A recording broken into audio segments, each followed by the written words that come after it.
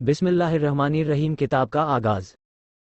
तमाम तारीफ़ें उस खुदा के लिए हैं जिसने अपनी किताब को अलहम्दु के साथ शुरू किया और फरमाया, हर किस्म की तारीफ़ का मुस्तहिक अल्लाह तौला ही है, जिसने अपने महबूब बंदे पर कुरान करीम नाजिल किया, जिसमें कोई कजी टेढ़ और खामी नहीं, जो हमेशा दीन को कायम रखने वाला है, ताकि अल्लाह तौला के सख्त अजाब से अल्लाह का पैगंबर लोगों को खबरदार कर दे, और जो लोग ईमान लाकर नेक आमाल करते हैं उन्हें उनके बेहतरीन और न खत्म होने वाले अज्र व सवाब की खुशखबरी सुना दे, और जो लोग अपने जाहिल बाप दादा की सुनी सुनाई बातों पर खुदा की औलाद मानते हैं उन्हें भी खबरदार कर दे कि यह बहुत बड़ा दुस्साहस और कतई गलत बात है जिसको वे अपने मुंह से निकाल रहे हैं।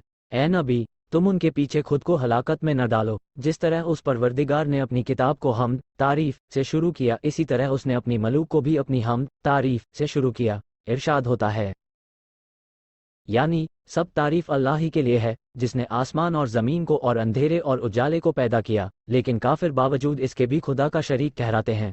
इसी तरह मलूक का खात्मा भी अपनी तारीफ व प्रशंसा पर किया। जन्नत वालों और जहन्नमियों के अंजाम को बयान करके इरशाद होता है, यानी तू देखेगा कि फरिश्ते अल्लाह के अर्श को चारों तरफ से घेरे हुए होंगे और अपने रब की तारीफ व सना, पाकी और पवित्रता बयान करते होंगे। फैसले हक के साथ हो चुके होंगे और कह दिया गया होगा कि तमाम तारीफें अल्लाह रब्बुल आलमीन ही के लिए हैं। इसीलिए अल्लाह का फरमान है, यानी वही अल्लाह है, उसके सिवा कोई माबूद नहीं। सब तारीफें अव्वल और आखिर उसी के लिए हैं, उसी का हुक्म है और उसी की तरफ तुम लौटाए जाओगे। एक और जगह इरशाद होता है, यानी सब तारीफें अल्लाह ही के लिए हैं, आसमान और ज़मीन की तमाम चीज़ें उसी की हैं, आखिरत में भी तारीफ उसी के लिए है, वही हिकमत वाला और खबर रखने वाला है। अव्वल व आखिर उसी की तारीफ है, यानी जो कुछ उसने पैदा किया और जो कुछ पैदा करेगा वह उन सब में तारीफों वाला है। जैसा कि नमाजी समयल्लाहु लिम हमिद हूँ के बाद कहता है, ऐ अल्लाह, ए हमारे रब, तेरे ही लिए सब तारीफें हैं, आसमान व ज़मीन भर जाने के बराबर, और उनके बाद भी जिस चीज़ को तू भर देना चाहे।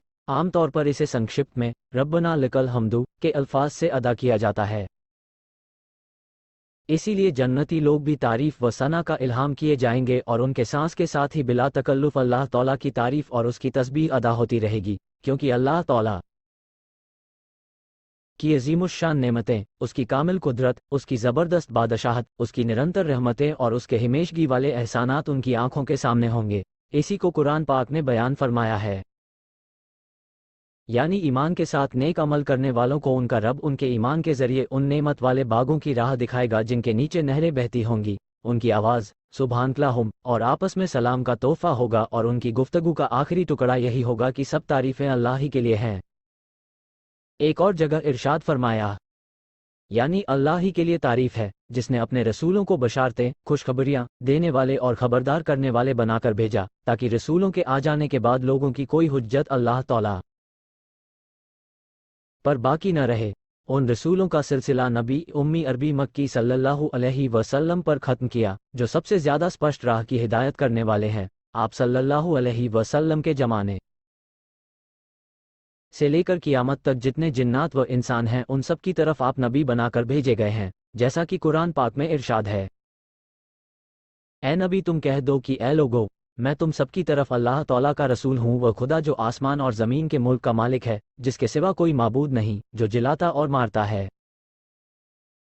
बस ए लोगो, तुम सब ईमान लाओ अल्लाह तौला और उसके रसूल सल्लल्लाहु अलैहि वसल्लम पर, जो नबी उम्मी है, जो अल्लाह तौला पर और उसकी बातों पर ईमान रखते हैं। लोगो, उन्हीं की पैरवी में तुम्हारी हिदायत है। एक और जगह खुदा तौला का इरशाद है, ताकि मैं तुम्हें भी डराऊं और उन्हें भी जिन्हें कलामुल्लाह पहुँचे। बस जिस अरबी गर अरबी काले गोरे जिन्नात व इंसान को ये कुरान पहुँचा, हुजूर पाक सल्लल्लाहु अलैहि वसल्लम उसके लिए डराने वाले हैं। उसके लिए अल्लाह तौला ने फरमाया, यानी इसके साथ कुछ करने वाला जहन्नमी है।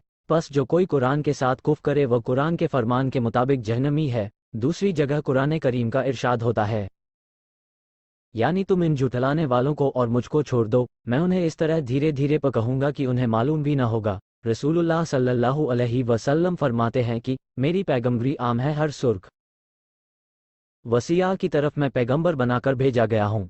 मुजाहिद रह फरमाते हैं, यानी तमाम जिन्नात व इंसानों की तरफ। बस हुजूर पाक सल्लल्लाहु अलैहि वसल्लम तमाम इंसान और जिन्नात की तरफ अल्लाह के रसूल हैं। सबको अल्लाह तौला की वही और इज़्ज़त वाले कुरान को आप पहुँचाने वाले हैं, जिस पाक किताब के बातिल गैर हक قریب بھی نہیں آ سکتا، جو حکمتوں اور تعریف والے خدا کا نازل کیا ہوا ہے۔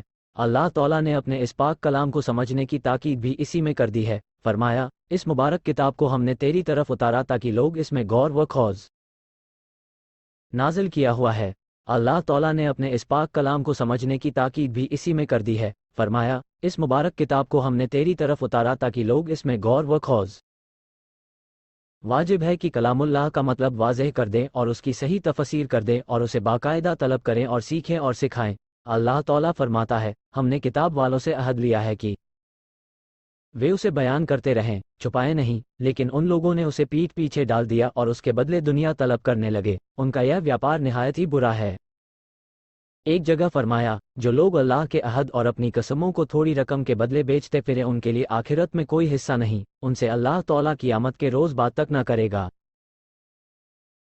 نہ ان کی طرف رحمت کی نظر سے دیکھے گا، نہ انہیں پاک کرے گا، بلکہ ان کے لیے دردناک عذاب ہے۔ پس دوسری قومیں اور امتیں جن پر ہم سے پہلے آسمانی کتابیں نازل کی گئیں اور انہوں نے اس سے منہ موڑا، دنیا کے حاصل کرنے اور اس کے جمع کرنے میں مشغول ہو گئے اور اللہ تعالیٰ کی منع کی ہوئی چیزوں کے پیچھے پڑ کر اللہ کی پاک کتاب کو چھوڑ دیا، پروردگار نے ان کی مذمت، نندا